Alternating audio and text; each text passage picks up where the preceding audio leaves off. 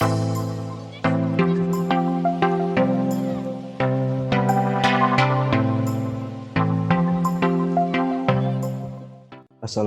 warahmatullahi wabarakatuh. Perkenalkan, nama saya Muhammad Rafi Kartika Putra, NIM 185112333, mahasiswa Universitas Islam Indonesia, Prodi Teknik Sipil, dari Unit 400 KKN Angkatan 63.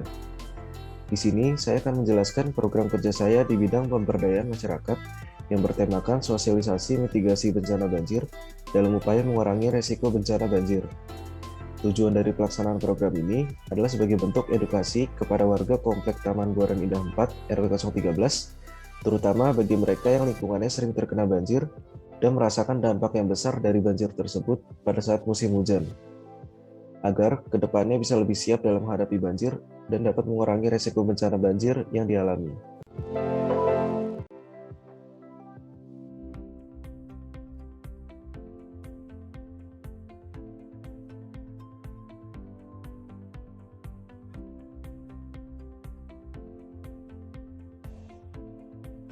Apa itu banjir?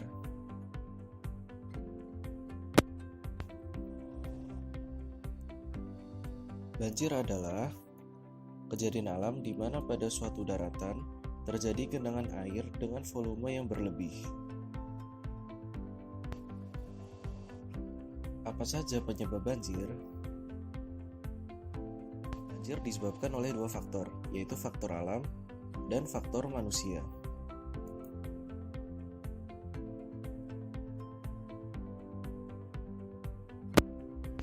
Faktor alam yang pertama adalah topografi wilayah.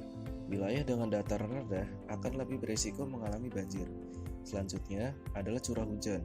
Curah hujan yang tinggi dalam jangka waktu yang panjang dapat meningkatkan risiko banjir. Lalu, ada volume air sungai yang meluap dan pasang air laut. Faktor manusia. Faktor manusia yang pertama yaitu membuang sampah sembarangan. Membuang sampah sembarangan dapat menghambat aliran air di kali sehingga saat hujan deras, kali tidak dapat menampung air yang berlebih dan dapat menyebabkan air di kali meluap menggenangi daratan. Selain itu, membangun pemukiman di bantaran kali dapat mengurangi lebar kali sehingga akan memengaruhi daya tampung kali tersebut. Kemudian, jarang membersihkan saluran air, kurangnya resapan air, dan penebangan hutan. Mitigasi bencana.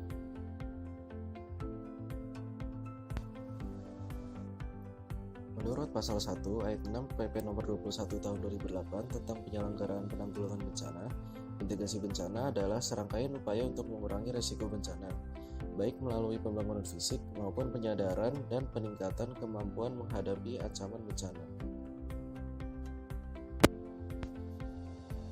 Apa saja upaya mitigasi bencana banjir?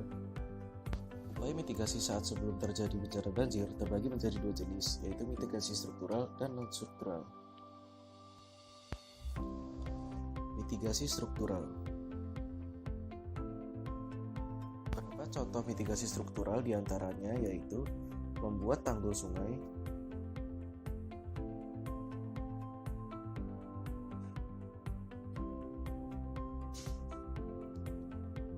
pendalaman sungai,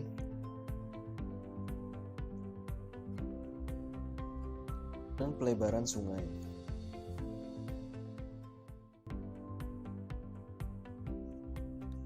Mitigasi non-struktural.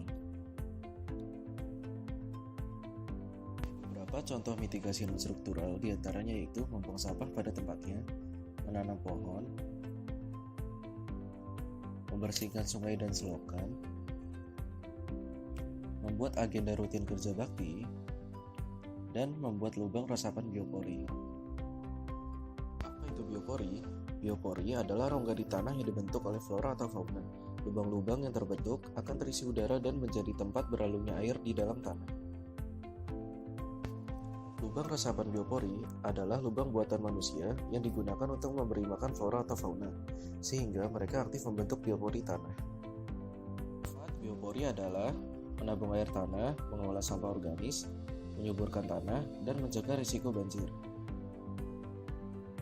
Alat dan bahan untuk membuat lubang biopori adalah bor biopori, sampah organis, linggis, pisau pencongkel tanah, karung, dan air.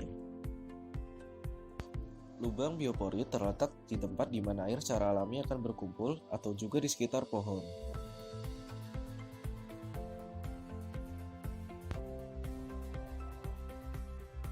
Cara membuat lubang biopori adalah siram tanah terlebih dahulu agar mudah dilubangi. Lubangi tanah menggunakan bor biopori, putar searah jarum jam, dan lubangi hingga kedalaman 80-100 cm. Kemudian masukkan sampah organis, lalu untuk memperkuat bagian atas lubang dapat menggunakan semen. Terakhir, tutup lubang menggunakan kawat. Saat terjadi banjir, pantau situasi melalui media massa.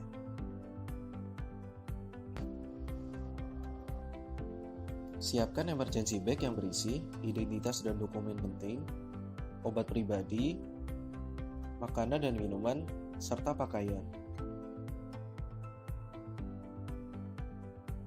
Taruh barang penting seperti dokumen dan alat elektronik di tempat yang lebih tinggi.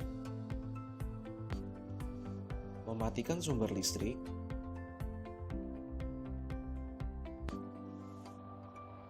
Lalu, ikuti jalur evakuasi untuk ke tempat evakuasi.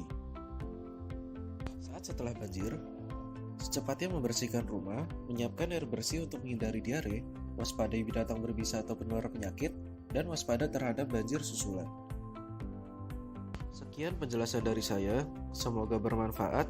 Kurang lebihnya mohon maaf. Wassalamualaikum warahmatullahi wabarakatuh.